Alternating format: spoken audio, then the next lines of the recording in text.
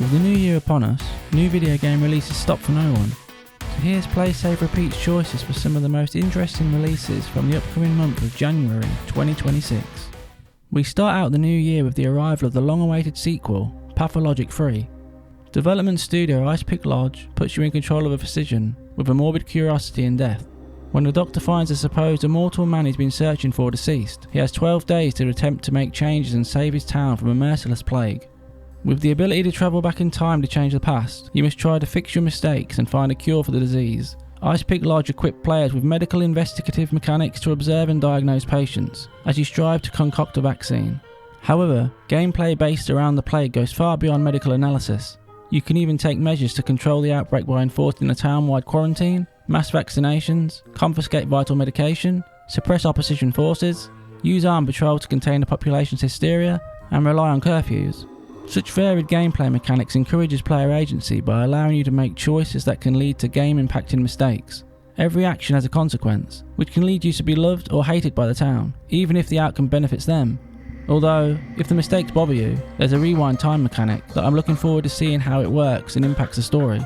Everything makes the narrative feel bespoke. Another layer of ambitious game design. But that's just some of the game's elements. Your psychology can also be impacted by your actions, a consequence that could help you as much as hurt you. From everything I've read and seen, Pathologic 3 is a highly ambitious video game from a team that likes to evolve with each release. I'll always be on board for unique experiences, and I just hope the game pleases the Pathologic series' loyal fanbase and receives enough positive attention to bring in new players. After being delayed in December, Team Kill Media's Code Violet makes its way exclusively to PlayStation 5 on January 10. Seemingly a modern take on Dino Crisis, the small team at Team Kill Media aims to release the third-person action horror game to fill a dinosaur-sized hole in the market that Capcom refuses to fill.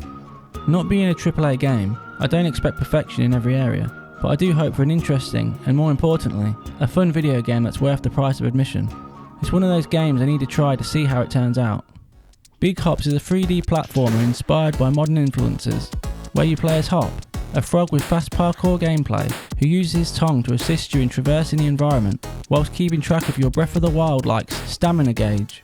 Big Hops is made up of 3 big, colourful areas: Red Desert, Open Ocean and Shattered Mountain. Each area has its own batch of voice-acted characters and distinct storylines, like infiltrating the world of organised crime. But what has the potential to set Big Hops apart from other platformers is emergent gameplay. During the game, Hop discovers vegetables that act as tools to navigate and invent routes to your goal, from a mushroom jump pad to tight ropes made from cacti. Everything encourages a player to be imaginative and create their own paths, which is the essence of many a great Nintendo game. The gameplay looks right at home alongside Mario Odyssey's family-friendly objectives, Mario Galaxy's world design, and Zelda Breath of the Wild's freedom. Big Hops even has challenge rooms to find and master for a position on the leaderboards, cute cartoon graphics, and plenty of collectibles and items to unlock. If Big Hops sticks the landing, it could be one of those special games that is fun for the whole family. On the surface, Cassette Boy looks like a 2D pixelated game, but actually, it's a complex puzzle game, where you can turn the three-dimensional world. The game operates on a mechanic titled the Schrödinger system, where anything out of view doesn't exist until you twist the 3D world's perspective, a little similar to one of the original indie hits, Fez. Japanese developer Wonderland Kazakiri Inc. describes Cassette Boy as a puzzle RPG, an interesting combination that lets players do more than solve puzzles by collecting weapons and facing bosses. With the support of publisher PlayStack, hopefully Cassette Boy reaches a solid audience. Mio, Memories in Orbit, is a visually unique Metroidvania that looks to set itself apart with speedy traversal and precise combat. Like every good Metroidvania, and we've had many in recent years, Mio has a vast bestiary and in-depth loot and upgrade systems. It creates a level of player choice by letting you choose skills and ways to use tools to suit your playstyle. Such as, if you're an aggressive attacking player, you can sacrifice your shield for more damage, or choose to use your grappling hook to lasso enemies, or use it to quickly evade an attack. Each decision helps you navigate the captivating cartoon world of Mio. But as with all Metroidvanias, it's by playing them that we discover how the game is designed and how the map evolves as we progress. So I look forward to seeing if Mio can become the next great Metroidvania, alongside the Hollow Knight Silk Songs and Prince of Persia: The Lost Crowns of the world. The latest attempt at becoming the next hit competitive multiplayer shooter, Highguard is developed by ex-Respawn developers. Revealed at the recent Game Awards as the final announcement, Jeff Keighley clearly values the pedigree of the development talent behind the game.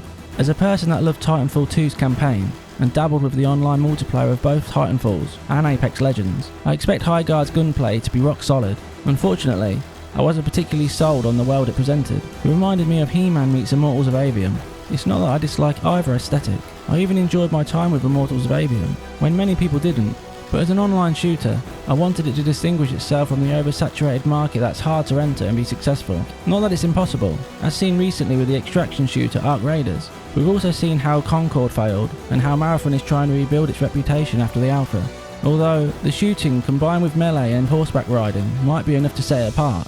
It's always hard to predict which of these online shooters is going to be a hit, as not many people even expected Helldivers 2 to be the massive hit it was at launch. But as with all video games, I hope the game is a success and has many elements that set it apart from its peers. Have you ever wanted an old school Nintendo style game in the tone of a David Lynch movie and the artwork of Belgian surrealist painter Magritte? Well, then look no further than The Perfect Pencil, a story-driven action platformer. A studio team promises an emotional, diegetic narrative detailing the psychological struggles of the protagonist John, a person with a camera for a head, on his journey towards personal growth. With a branching narrative inside the tested Metroidvania design, The Perfect Pencil aims to keep the genre interesting.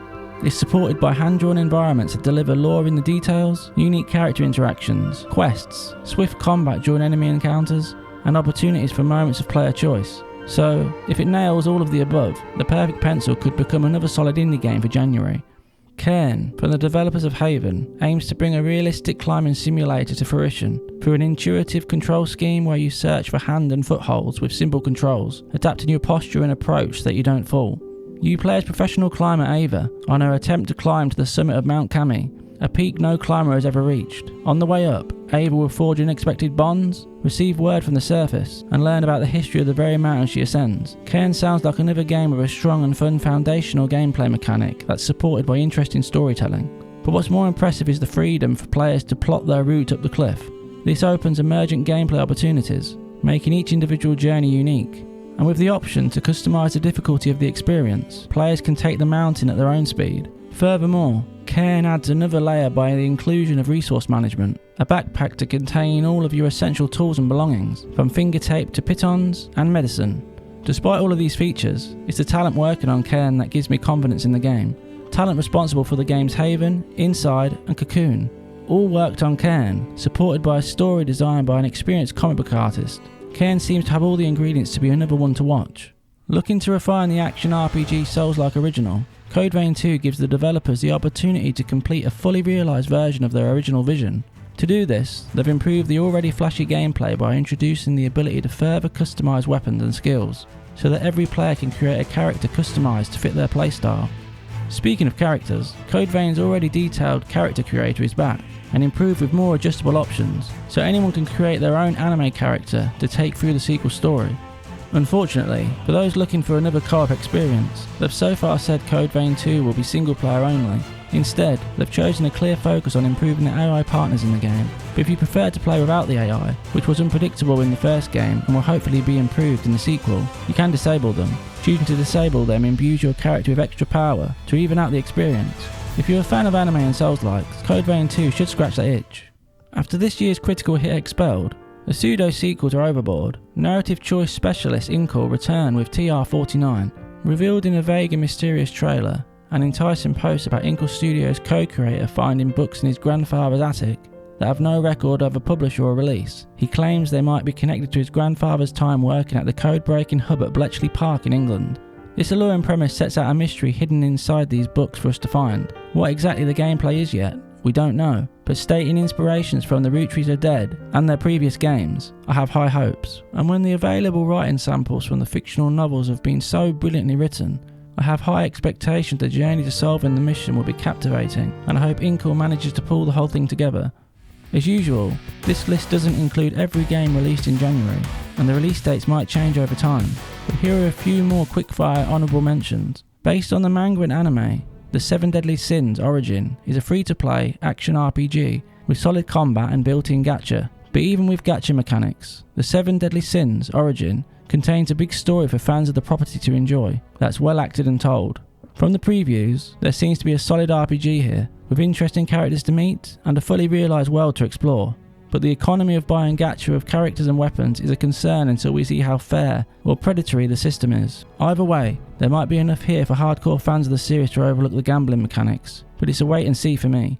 In I Hate This Place, you play as Elena, scavenging in the day to survive the nightmarish creatures of the night. As a craft-based isometric survival horror game, Elena can craft necessary supplies and choose to take shelter when she needs to.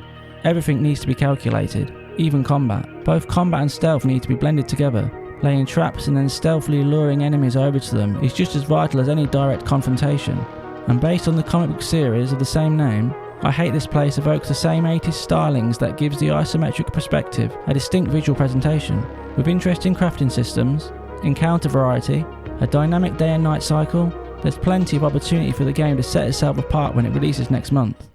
And that's it for January 2026, a quieter month compared to the end of 2025, but a strong start to the year nonetheless. Leave a comment if there's any game you're particularly looking forward to, and please like and subscribe to Play Save Repeat if you enjoyed the video. Thanks, until next time.